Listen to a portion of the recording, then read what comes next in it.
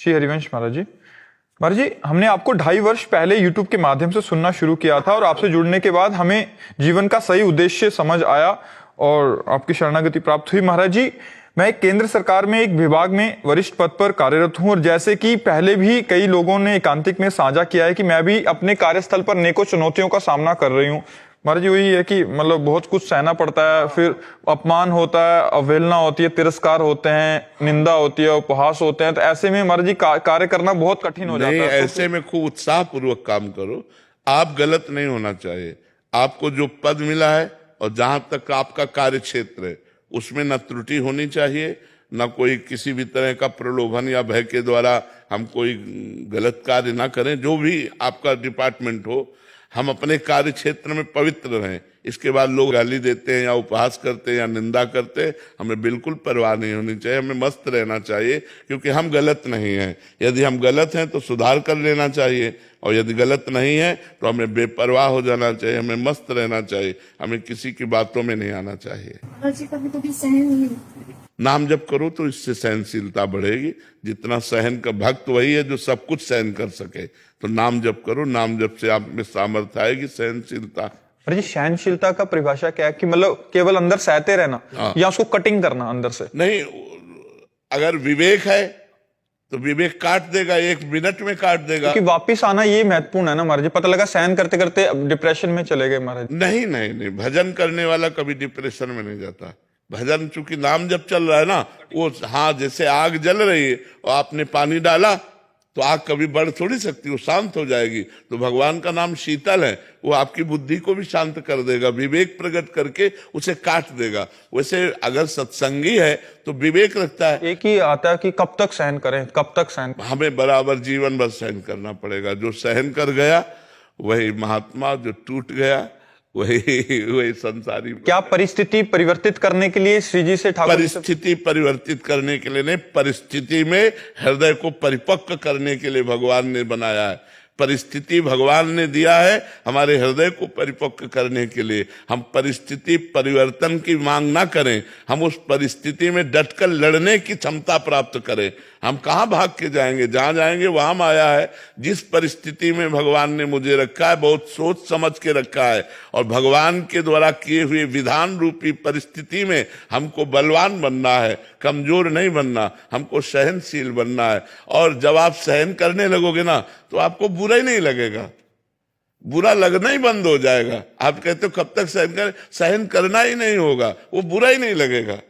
बुरा तब तक लगता है जब तक अहंकार रहता है। और नाम जब करते हुए अहंकार जब भगवान के चरणों में समर्पित होता है फिर बुरा नहीं लगता, फिर हंसी आती है।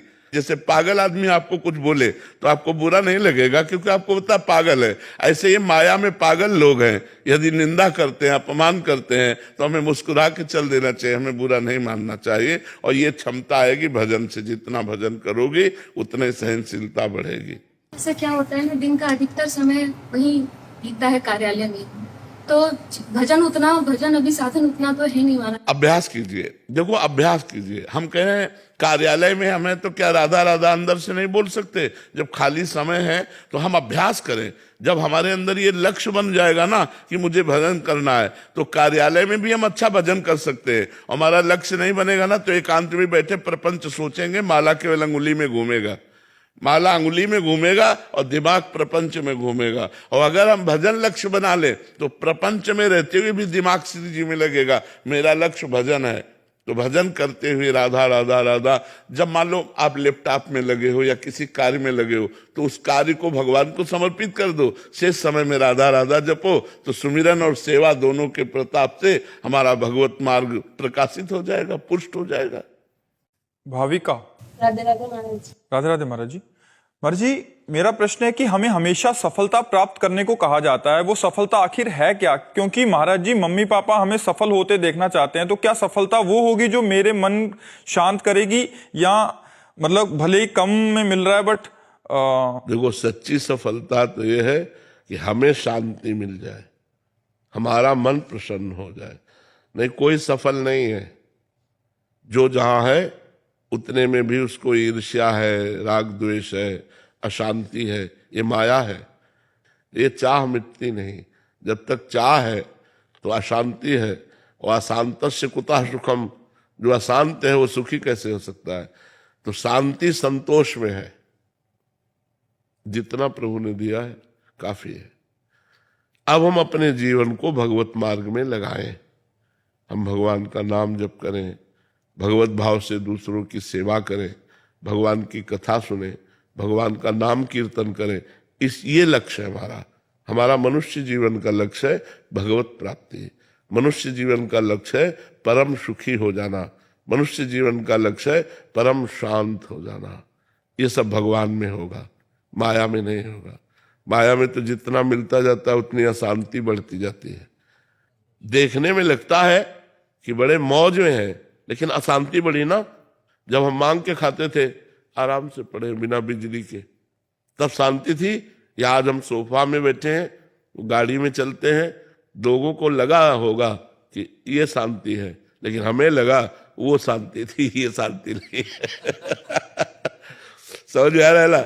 हाँ, लोगों को लगता है व्यवस्था शांति प्रदान करेगी, बढ़िया मकान हो जाए, बढ़िया गाड़ी हो जाए, बढ़िया सब परिवार सुखी हो, बड़ा शांति रहेगी।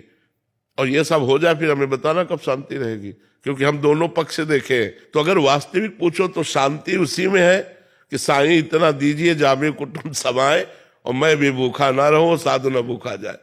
ज्यादा मांग करने से अशांति ही बढ़ती है। तो इसलिए नाम जप करो और लक्ष्य बनाओ भगवत भजन, और जीवन में शांति होती है भगवान से, रुपया पैसा से शांति नहीं होती, पक्का समझ लो। कल आंसू गिरते थे जब कोई गुड़ दे देता, 2 रोटी दे दिया, या 1 मिर्च दे दी, 2 रोटी दे दिया, तो लगता तो भगवान कितना ख्याल रखते हैं कि हम भूखे ना रहे। और भगवान ने मुझे तो रोटी पाते पाते रोना आता था कि कितने कृपाल हो भगवान आप। अगर किसी ने 100 ग्राम मीठा दे दिया तो भगवान कितना प्यार करते हैं, इसको प्रेरित करके 100 ग्राम मीठा। अब आप 1 कुंतल मीठा रख दो आके, कोई हाँ ठीक है बांट दो सब, वो बात खत्म हो गई। हर चीज में जो सुख हमने उस पक्ष में देखा, यद्यपि वो पक्ष आपके देखने में बड़ा कष्टप्रद था। हमारे पास ओढ़ने के लिए कंबल भी नहीं था, हम टाट ओढ़ते थे, जो बोरा गेहूं के हैं वो ओढ़ते थे सर्दियों के समय। तो हम शांति किसमें मानते हैं? भगवान के द्वारा दी हुई अव्यवस्था में, अव्यवस्था में, व्यवस्था में नहीं। हम तो कहते हैं कि धन्य है वो संत जो अपना जीवन अव्यवस्था में व्यतीत करके पधार गए, कभी व्यवस्था संसार की स्वीकार ही नहीं की। तो जीवन उनका परम धन्य, क्योंकि अव्यवस्था में देखा है भगवान का प्यार। और अब जो है वो तो माया का सब खेल है, इससे हमसे कोई मतलब, हमें कोई महत्व नहीं इन सब का, क्योंकि हम जानते हैं सब कूड़ा करकट भगवान की माया ने फेंक दिया। ले खिलौने खेलो, राम ही भजे थे चतुर नर, जो भगवान का भजन करते हो माया के खिलौनों में नहीं खुल रहे। तू अपना खेल विस्तार करती रहे और मैं अपनी जगह हूं, अपनी जगह ही हूं। हम उतना स्वीकार किए जितने में आवश्यकता है, अन्यथा ये सब नरक है।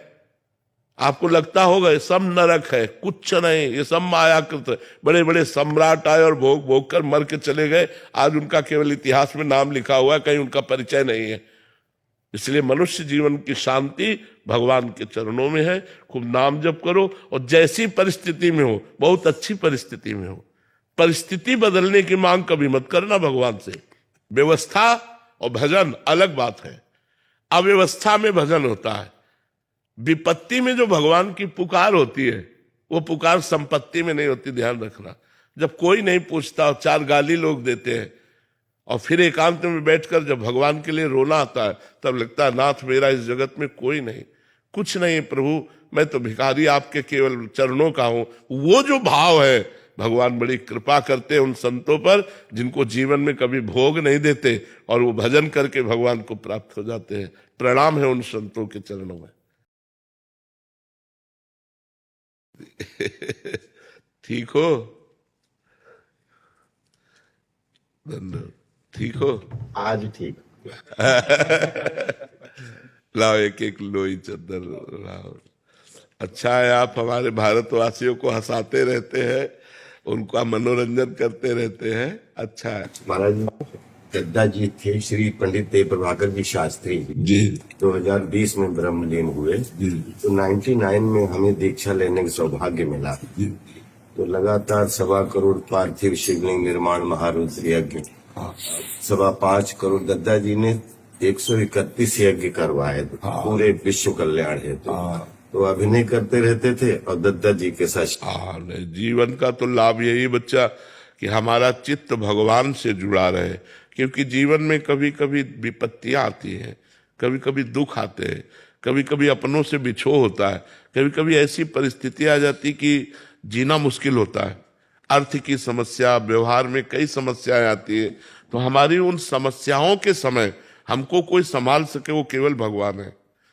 इंसान तो आप खाते पीते अच्छे तो आपसे हाथ मिलाएगा, और आप कल समस्या में फंस जाएंगे तो देखेंगे राजपाल आ रहे साइड में हो जाएगा कि वो कहीं हमसे बात ना कर ले, कहीं हमसे कुछ कह ना दे।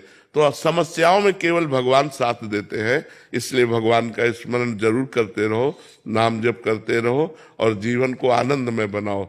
हर विपत्ति, हर दुख से लड़ना सीखो, हारना नहीं।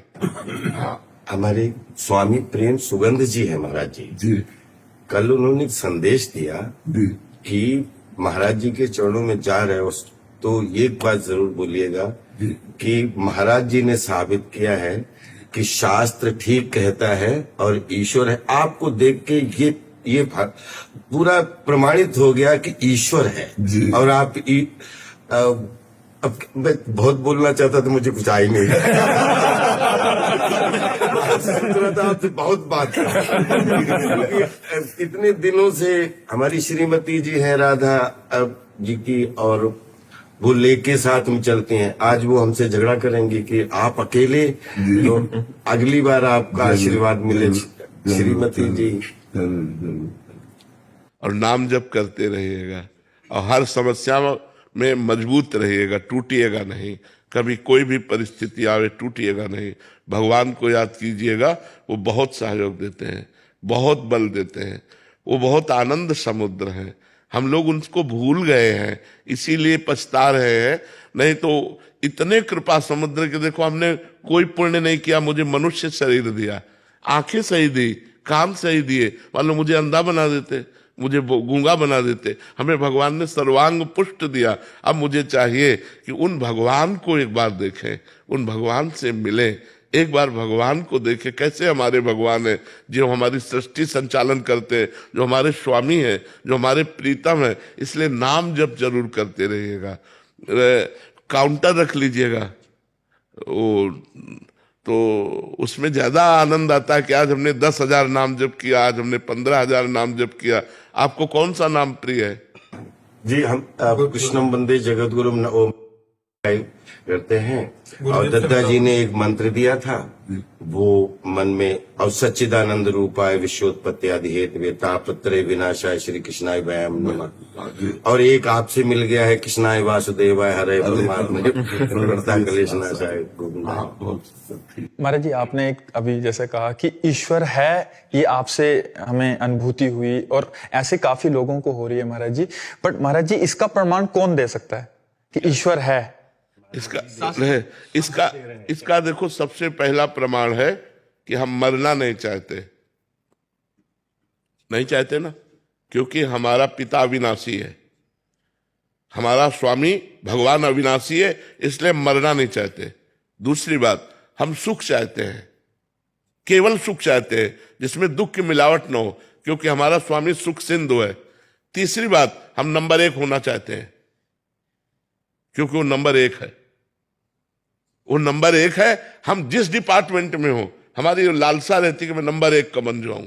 तो अविनाशी, सुख सिंधु और नंबर 1 वो परमात्मा है, तो हम उसके अंश हैं। हमारी भी यही चाहते कि नहीं चाहते कि हम सुख सिंधु में डूबे, हमें कभी दुख ना मिले, मैं कभी मरूं नहीं और नंबर 1 का बन जाऊं, क्योंकि हमारा स्वामी है, हमारा परमात्मा है। और आप लोगों को हम इतनी बात बता रहे हैं कि जैसे आप हमसे मिल रहे हैं, ऐसे भगवान मिलते हैं। उनको प्यार करें, उनका सुमिरन करें। अब बचपन से भगवान के मार्ग में लगे रहे तो हम केवल बातों से नहीं कि केवल प्रवचन करते हो या केवल बात कर रहे हो या उपदेश दे रहे हो। मेरा जीवन भगवान है।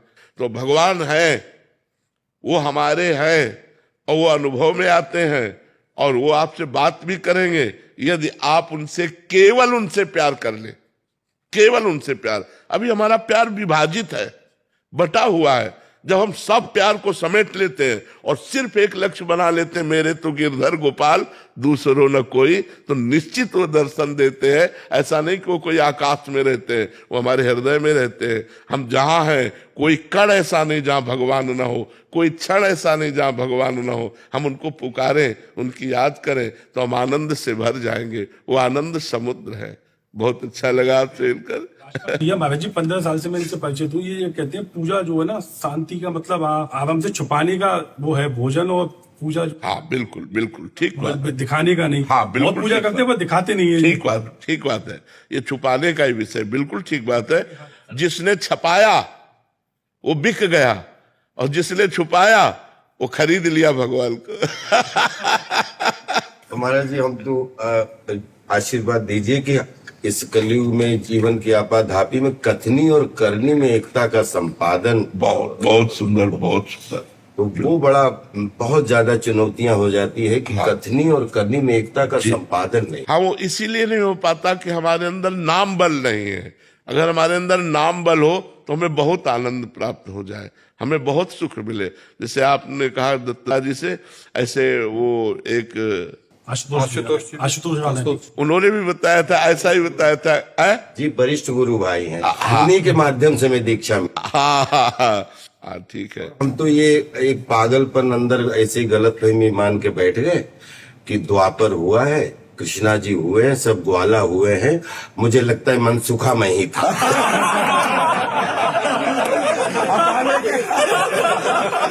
ये पागलपन मैं रखना चाहता हूँ। ये जरूर रखना, क्योंकि पूरे भारत को हंसाने वाले, पूरे भारत को मनोरंजन करने वाले आप हो। बिल्कुल, मैं अपने आप को अंदर अंदर मनसुखा ही बोलता हूँ। किसी को कष्ट ना हो, मुझे बस यही आज हमारा जीवन धन्य। एक अंतिम प्रार्थना है, दर्शन आप ही दे सकते हैं, कोई आ नहीं सकता आपके पास। आप फिर दर्शन दीजिए। जरूर जरूर आइएगा, जरूर आइएगा। स्वागत है आपका। बाबा विश्वनाथ जी। नमो नारायण। आप बैठ जाइए, आप बैठ जाइए, ऐसे आप बैठ जाइए महाराज। प्रभु आप बैठ जाइए, आपको शारीरिक कष्ट है, बैठ जाइए। अनुचित लगेगा। स्वामी खड़े हो, सेवक बैठ जाए। ऐसा ये स्वामी तो प्रभु आप इंद्रियों के स्वामी हैं, हम तो केवल दंड के स्वामी हैं। बैठिए महाराज कोटि कोटि प्रणाम। बहुत सुख मिला आप आए के। स्वामी जी अब अभी शरीर चल पाता है तो आपके दर्शन के लाभ पाने के लिए आ गए। आप तो संतों में इस समय निर्विवाद संत हैं, कोई ऐसी वाणी आपकी ऐसी निकलती ही नहीं है कि उसपे कोई कटाक्ष हो। और कटाक्ष करने वाले से ज्यादा विरोधी खड़े हो जाते हैं आपके पक्ष में। तो अब हम लोगों की उतनी सामर्थ्य नहीं है कि ऐसी वाणी के धनी रहें, लेकिन आपके दर्शन करके हमको लगता है कि ऐसा प्रभु की कृपा प्राप्ति होगी कि आप लोगों जैसे अच्छे संतों के वाणी को सुन के हम लोग भी कुछ अच्छी धारणा ग्रहण करें। हमें तो बस आप सब संतों के चरण रज का प्रताप ही बुलवाता है। तो महाराज जी, ना तो कोई हम विद्वान हैं, ना हम ज्यादा पढ़े लिखे हैं, बस संतों की चरण रज, संतों की चरण रज में बड़ी सामर्थ्य है। उसी चरण रज का प्रभाव जो है वही बुलवाता है।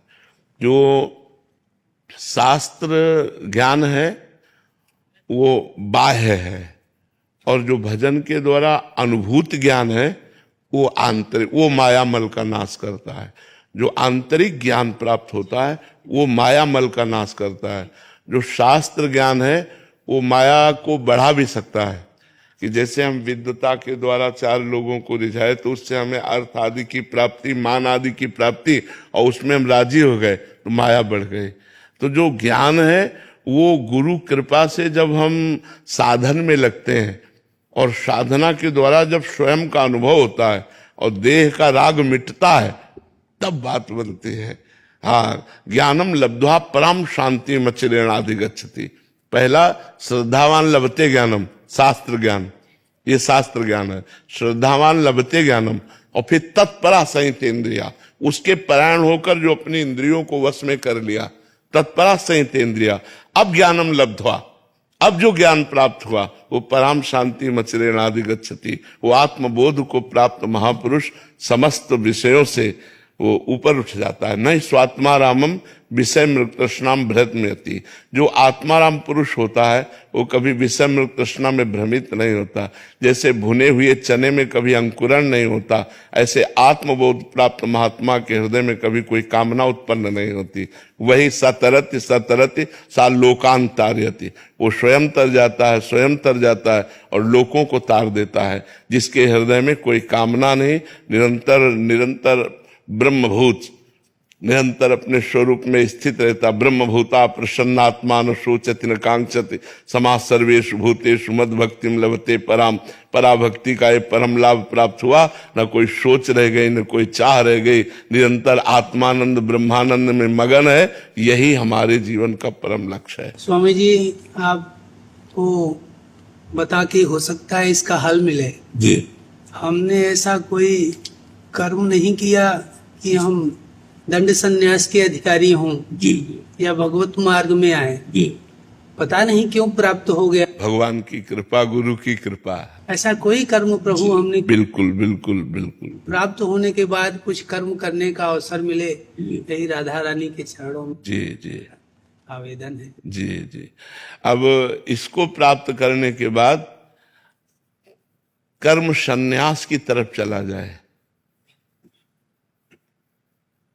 कर्म प्रवीणता पूर्वक करके और उसके फल को रद्द कर देना, ये सबसे बड़ा कर्म संन्यास है।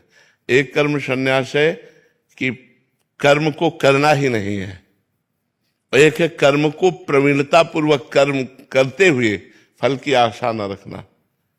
ये कर्म त्याग सबसे ज्यादा श्रेष्ठ है, कि जो कर्म करके और उसके फल का त्याग कर दिया, ये कर्म त्याग सबसे ज्यादा श्रेष्ठ है। अकर्मण्य होकर के अगर हम बैठे रहें तो अगर स्थिति है, स्वरूप बोध है, तब तो ठीक है। अगर स्वरूप बोध नहीं है तो फिर जीवन व्यर्थ चला जाएगा। इसीलिए जो हमें मंत्र मिला है प्रणव, ये हर श्वास में रम जाना चाहिए। और शरीर से जो हमारे आश्रम के अनुकूल चेष्टाएं हैं, जैसे संन्यास आश्रम के अनुकूल चेष्टाएं, बस उतनी ही चेष्टाएं होनी चाहिए। ज्यादातर निश्चेष्ट होकर तीनों शरीरों के राग को मिटाना है। तो जैसे क्या आत्मोद्धार कर लेना स्वार्थ में नहीं आता? नहीं, आत्मोद्धार स्वार्थ के अंदर नहीं आता। शरीर भोग की वासना को स्वार्थ कहते हैं। आत्मस्वरूप की जो इच्छा है, इसी को विशुद्ध मुमुक्षुता कहते हैं। आत्मस्वरूप के बोध की इच्छा या आत्मा में निरंतर संलग्न रहना, ये मुमुक्षुता है जो हजारों जन्म की पुण्यों के बाद आती है। भगवान शंकराचार्य जी ने लिखा है, शास्त्रों जन्मों के पुण्यों के बाद मुमुक्षुता जागृत होती है। इसे स्वार्थ कहते हैं। जो शरीर को लेकर के वासना की पूर्ति, शरीर को लेकर के जो इच्छाएं हैं उन्हें स्वार्थ कहते हैं। स्वरूप को लेकर के जो इच्छाएं हैं उन्हें परमार्थ कहते हैं। और परमार्थ की इच्छा होना ही परमार्थी का लक्षण है। हम उच्च कोटि की परमार्थी स्थिति को प्राप्त हो, ऐसी इच्छा हर परमार्थ के पथिक में होनी चाहिए। जो शरीर को लेकर मान सम्मान, खान पान, कुटिया, ये व्यवस्था है, ये सब स्वार्थ के अंदर। जो शरीर को लेकर है वो स्वार्थ के अंदर है, जो स्वरूप को लेकर है वो परमार्थ के अंतर्गत है। तो हमें इसी जन्म में अपना कल्याण कर लेना चाहिए। दूसरों का कल्याण करने की बात जैसे आती है, ये भी एक अज्ञान से युक्त बात है। अच्छा, ये अज्ञान के अंतर्गत है, क्योंकि दूसरा कोई है नहीं। सर्वम खलमिदम ब्रह्म ने नानास्ति किंचन, सर्वम खलमिदम ब्रह्म ने नानास्ति किंचन, सब कुछ तो ब्रह्म है और उसी ब्रह्म की अनुभूति मुझे करनी है, इनको नहीं करनी। ये हमारे ब्रह्म है, मूर्तिमान ब्रह्म, सर्वम, देह सहित हम इन्हें ब्रह्म रूप मानते हैं। इसी ब्रह्म का मुझे अनुभव करना है, और मुझे अनुभव हो गया तो सबका कल्याण हो गया। क्योंकि मेरी दृष्टि स्वाप्निक थी, स्वप्न टूटा तो केवल आप ही है। एको ब्रह्म द्वितीयो नास्ति। किसका कल्याण करना अपने स्वरूप में स्थित हो गया, बात हो गई। आत्मोद्धार के लिए कुछ 2 शब्द। बस ये जो प्रणव है, इसका जितना अंदर से मनन किया जाएगा, जितना जप किया जाएगा, यही सब कुछ कर देगा, प्रणव ही कर देगा। और मतलब आप अगर कोई शास्त्र ना पढ़ें और केवल प्रणव जपते रहें तो आप देख लीजिए वेदांत का सार आपके हृदय में स्फुरित हो जाएगा। इसको वेदों में उद्गीत कहा गया है, उद्गीत कहा गया है प्रणव को। तो जितना आप प्रणव जपेंगे उसी हृदय से निकलने वाला गीत। हाँ, उद्गीत। इसको अंदर से जितना आप जपेंगे, इसका वाचिक जप नहीं होता, प्रणव का हाँ वाचिक जप नहीं। हाँ, अच्छा है। हर समय हर श्वास इसको बैठा लीजिए और भगवान विश्वनाथ जी के आश्रय में रहिए। विश्वनाथ जी का प्रगट में आश्रय हो गुरु रूप से, तो फिर सब शंकरम शंकराचार्य। विश्वनाथ जी से करीब 30 किलोमीटर दूर ये चुनार के पास में एक सीखड़ स्थान है। जी जी, वहीं पे गांव में रह। वो तो सब क्षेत्र ही है, क्षेत्र है। हाँ, बिल्कुल क्षेत्र है। बहुत बहुत सुंदर। आपके दर्शन का लाभ हुआ।